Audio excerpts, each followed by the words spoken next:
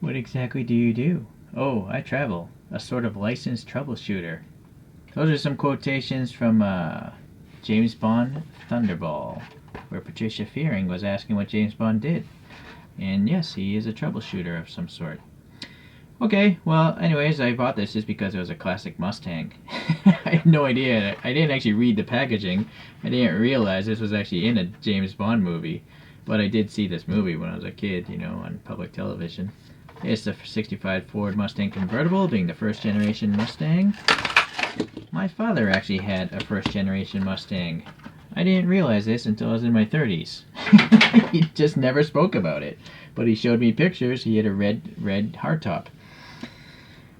Okay, anyways, here's some photographs of the soft top. And unfortunately, as usual, it's hard to focus between two objects, but hopefully that helps. Let me twist that around a little bit. Let's see about the proportions. That's actually not bad. Tracing the top shoulder line. Some rear details. Not expecting any paint details though for our main line. Yeah, no. Alright. And there's Sean Connery himself in the night scene, I guess driving around with some lady, perhaps Patricia Fearing, the lady I poorly quoted at the beginning of this video. So before I forget, the scale of this guy. This thing is 2743 millimeters in wheelbase. So let's see if I can get this caliper in that general vicinity of center axle to center axle.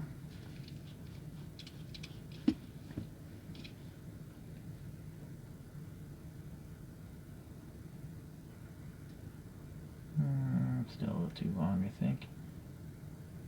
I would say maybe 45.15.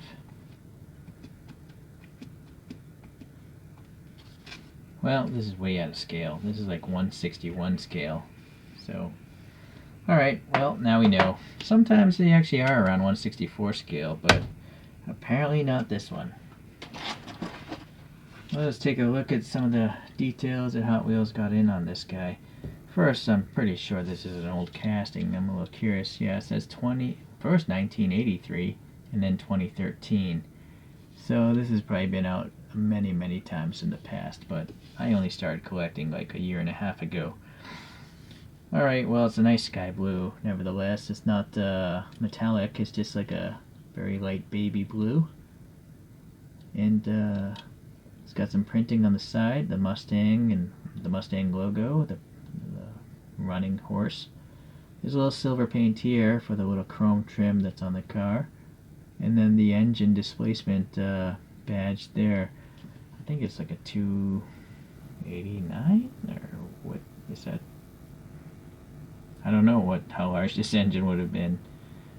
I'm sure there's many choices between like a 6 and 8s, but can't make out the numbers on that one.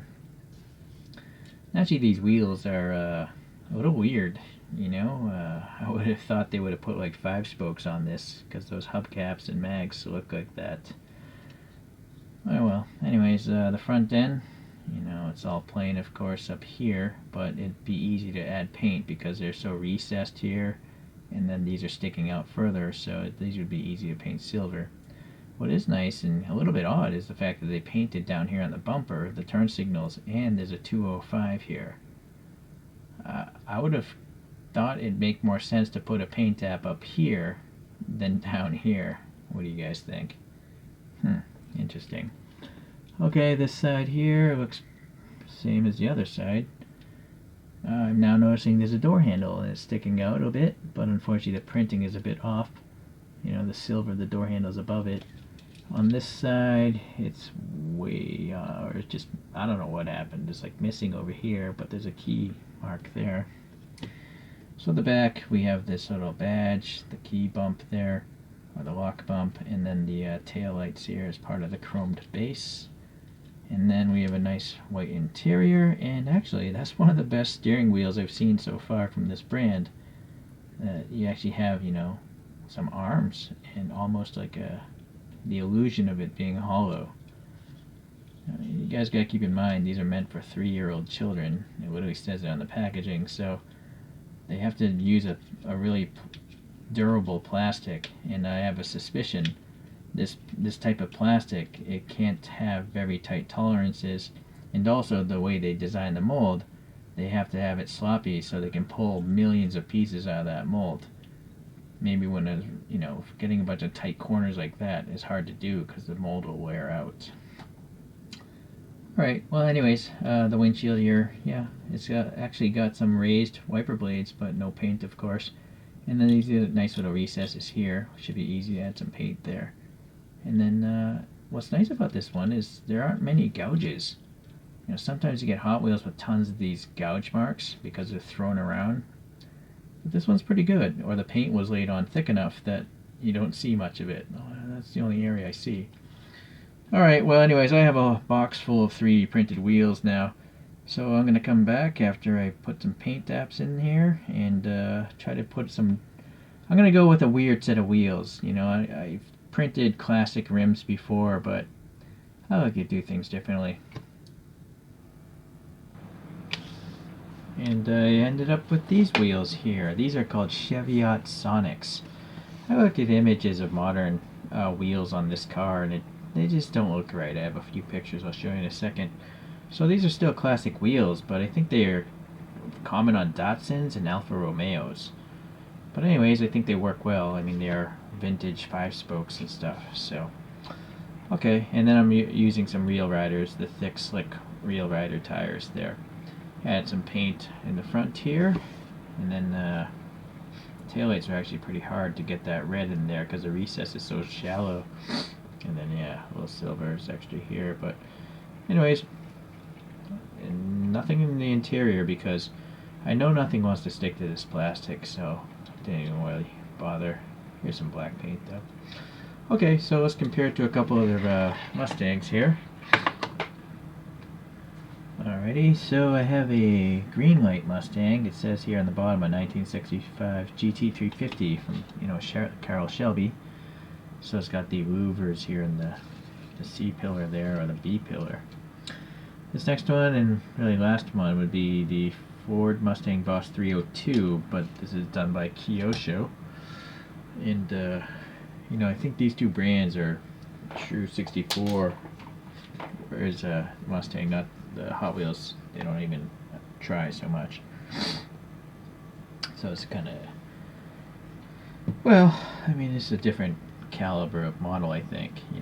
It's just clear to me that even a green light is far more detailed instead of this toy, which has a very thick window for safety and stuff like that. Alright, let's compare it to a couple other Hot Wheels then. It's more along the lines. Let's see, I got a Chevelle, and this is a 67 Chevelle. 3D printed wheels on that one. I got another Ford, but this is the Australian Ford Falcon XB from 1973. Sister car would be a 68 Mercury Cougar. And I think the number one competition would probably be like a Camaro, so that's a 69 Camaro. And it's kind of muscle cars. The last one I'll put up would be a 64 Pontiac GTO.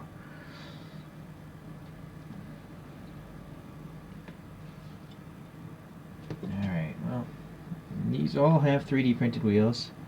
It's kind of part of the hobby for me to take, standard castings and modify them a little bit. Some with original wheels, but most often it seems I just like to put on weird random wheels. So, but you'll see in the back here, I pulled up these photos. Those are modern wheels on a classic Mustang. I'm not sure if I like it. It might be more your style, but it's not my style. And they are those classic Cheviots. Alright, well, let's get this thing, I guess, spinning on its own.